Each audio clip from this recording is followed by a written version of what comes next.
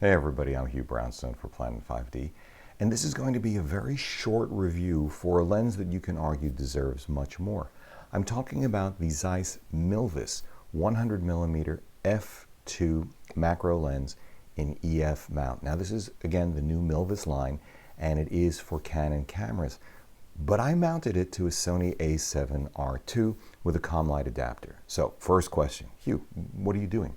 Why mount a Canon mount lens on Sony body? Fair question. The hard reality is that Canon bodies don't do it for me these days. No flame war, your mileage may vary, that's fine, and Canon may come out with something in the future which really knocks my socks off. But as someone who was in the Canon fold for decades, I made the choice to cut over to Sony. I'm happy, beginning and end of it. Okay, Hugh, but then why not use a native Sony E-mount like Zeiss's own Whaaat 85mm 1.8 or Sony's 90mm f2.8 macro? And it's a good question too. The fact is both of those lenses are fantastic, and I may end up getting one of them. But I wanted to have the experience of a Zeiss manual focus lens, and I have to say, this thing is awesome. Which is why it's going to be a relatively short review, because this lens is awesome. So what does that mean? It means edge-to-edge sharpness, and that matters to me. I know there are plenty of people who say, hey, you're shooting wide open, everything except what's really important is going to be out of focus anyway. Yeah, well, except I sometimes put my subject on one side of the frame or the other, and I want that sharpness. Oh, but it's so sharp, it's not flattering, and you have the same argument with 4K. I get it. But the fact of the matter is, a really sharp lens, even in 1080p, will do the same thing. You remember the first year they televised the Oscars in HD? Whoa. The fact of the matter is, though, that you can always tone down sharpness in post. I've never had the experience of increasing sharpness in post and really liking the result. So that edge-to-edge sharpness is important to me. The color, beautiful. Now, it's beautiful on a Sony a7r II sensor with nothing in post. Is that because the Sony sensors have gotten better? Is it because Zeiss glass is just magnificent with color rendition? I don't know. But you know what I also think? I also think that if you don't like the color, oh, Canon's color science is that much better, you change it in post.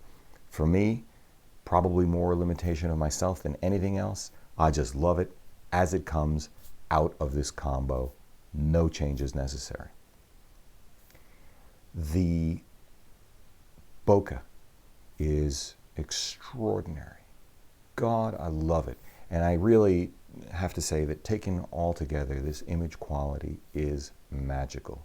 With one exception, I was surprised to find some lateral chromatic aberration. And I didn't have to pixel peep to see it. I could see it on my screen. This shot of the Empire State Building shows you exactly what I'm talking about. The flip side, of course, is that that's easy to fix in post with Lightroom. It's a click or two and a move of one or two sliders. You're done. But here's another downside of the lens. And to be fair, I don't know if it's the lens, the ComLight adapter, Sony reading it, the Sony body reading it. So let's just say this particular combination yields a weird artifact, which is that the EXIF data on the lens is wrong. The Lightroom application read this as a Tamron 50mm, sometimes a 0mm. It was actually inconsistent, which was very interesting. Small beans in the context of what I'm looking at, but something to be pointed out. What are the other downsides of the Zeiss Milvus f2? Well, it is expensive.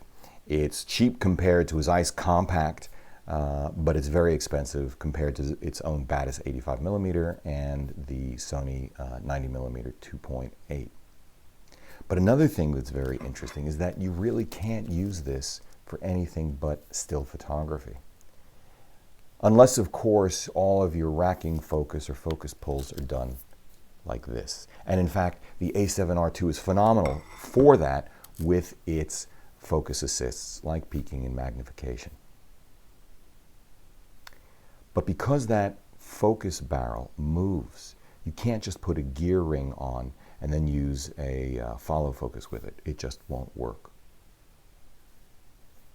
Okay, so what have we got? We've got something which provides phenomenal image quality when you're in complete manual mode. It's heavy, it's expensive, but it is phenomenal to use, phenomenal in capturing images, and I love it.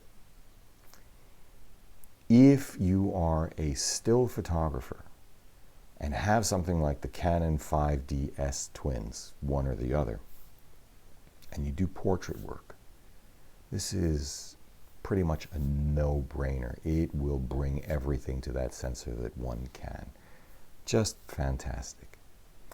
It is fair to say, though, that you get tremendous image quality, although not that manual focus experience, with either the Batis 85 1.8 or the Sony 90mm f2.8 macro.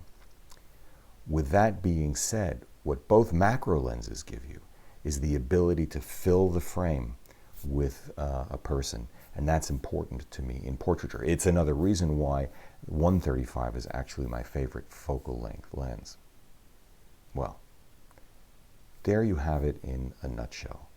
Truly a phenomenal lens, not perfect for everyone, and the irony is that the highest expression of what this lens can do is probably on the Sony a7R II, because you can take it out into the field. This particular combination was phenomenal, not only because of the image quality and not because of only the ease of focusing, even in low light, but because wide open with the low light sensitivity of the Sony sensor. I didn't bring a tripod, I didn't bring a monopod, and I was shooting from golden hour into dusk with, for me, phenomenal output.